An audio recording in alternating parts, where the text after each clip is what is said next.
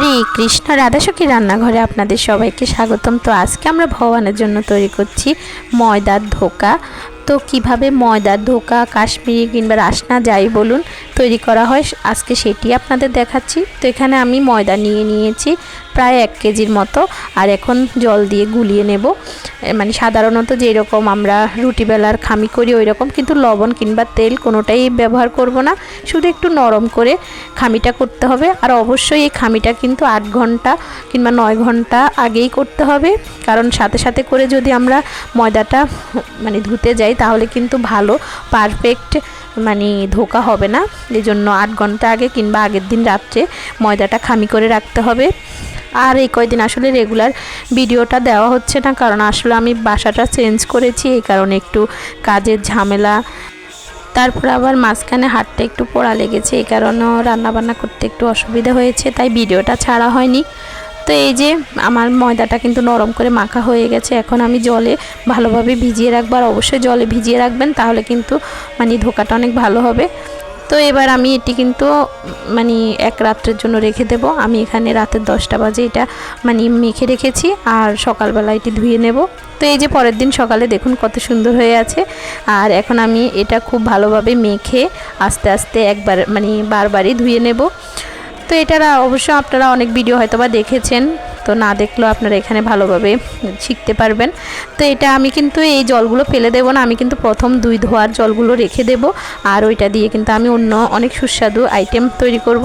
আর ওইটার ভিডিও আমি আপনাদেরকে নেক্সটে দিব, আপনারা দেখলে শিখতে পারবেন। অনেকে ভাবে যে এই এত সুন্দর জলগুলো ফেলে দিচ্ছি এত ঘন, তো প্রথম 2 ধোয়ার জলগুলো অনেক ঘন হয়, এই কারণে এই 2 ধোয়ার জলগুলো আমি রেখে দেব। আর চাইলে আপনারা এটি ডিপ ফ্রিজেও সংরক্ষণ করতে পারেন। প্রথমে একটু মানে রেখে দিবেন, এরপর যখন উপর থেকে জল চলে আসবে নিচে যে ঘন মানে বাটারটা ওইটা রেখে উপরের জলগুলো ফেলে দিয়ে আপনারা ডিপ ফ্রিজে সংরক্ষণ করে এরপর বিভিন্ন আইটেম তৈরি করতে পারেন। তো এটি আমি দেব ভিডিওতে কি কি আইটেম তৈরি করা যায় এই ময়দার মানে জলটা দিয়ে। তো এই যে আমি প্রথম 2 ধোয়ার জলটাই রেখে দিয়েছি, আর মানে রেখে দেব, আরগুলো কিন্তু এরপরে ধুয়ে ফেলে দেব।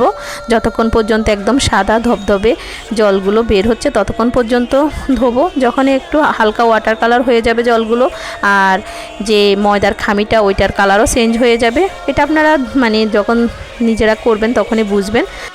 অনেক রাবারি টাইপের হয়ে যাবে, তখনই আপনারা বুঝবেন যে এটি ধোয়া হয়ে গেছে। তো এই যে প্রথম 2 ধোয়ার জলটা নিয়েছি, আর এখন কিন্তু আর নেব না। এবার আমি ধুয়ে জলটা ফেলে দেব যতক্ষণ পর্যন্ত মানে পারফেক্ট ধোকা হচ্ছে। তো যখনই আমরা এই মানে ময়দার ধোকাটাকে মানে সিদ্ধ করে তারপরে ভেজে রান্না করে ওইটাকে ধোকা বলি, আর যখন শুধু সরাসরি এই ধোকা থেকে ছিঁড়ে মানে ভেজে তারপরে সবজি রান্না করি তখন এটাকে কাশ্মীরি কিংবা রাসনা বলি। যাই হোক, নামে কোনো সমস্যা নেই। তো এভাবে মানে অনেক আইটেম রান্না করা যায়। আমি কিন্তু আজকে মানে রান্নার ভিডিওটা দিইনি, শুধু কিভাবে ধোকাটা তৈরি করে ওইটার ভিডিওই দিয়েছি। আর আজকে কিন্তু আমি এই ধোকাটা দিয়ে আলু পাতুরি করেছি, অনেক সুস্বাদু আইটেম। তো আমার ভিডিওগুলো যদি আপনাদের ভালো লাগে অবশ্যই আমার চ্যানেলটি সাবস্ক্রাইব করবেন, লাইক দিবেন, শেয়ার করবেন, আর কোনো মতামত থাকলে কমেন্টসে জানাবেন। তো এবার আমি ভেজে নেব, আর ভাজার পরে আমি ওই আলু পাতুরিটি করব। আপনারা চাইলে সিদ্ধ করে ভেজে তারপরেও বিভিন্ন আইটেম করতে পারেন। আর ধোকা দিয়ে যে বিরিয়ানি তৈরি করে ওটিও খুব সুস্বাদু আইটেম। তো একদিন আমি সেই ভিডিওটা আপনাদের সাথে শেয়ার করব, আশা করি আপনাদের খুবই ভালো লাগবে। তো এরপর আমি এটি রান্না করে ভগবানকে অর্পণ করেছি, আর সবাই মিলে আস্বাদন করেছি পরম সুস্বাদু কৃষ্ণ প্রসাদ। হরে কৃষ্ণ, ধন্যবাদ।